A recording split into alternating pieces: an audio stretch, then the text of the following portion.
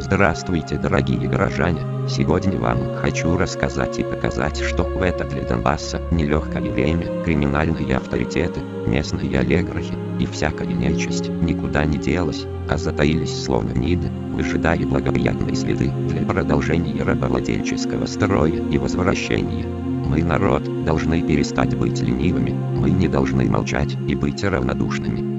Посмотрите, как выглядит изуродованная часть города, площадь Карла Маркса господином Шевченко, и как выглядит украденная часть парка Победы, где он построил свои апартаменты по соседству с криминальным авторитетом Петровым. Нам нельзя молчать ни в интернете, ни на митингах. Нам нужно задавать правильные вопросы нашей власти. Хотя бы для того, чтобы, возможно, что-то может измениться и совесть ваша будет чиста.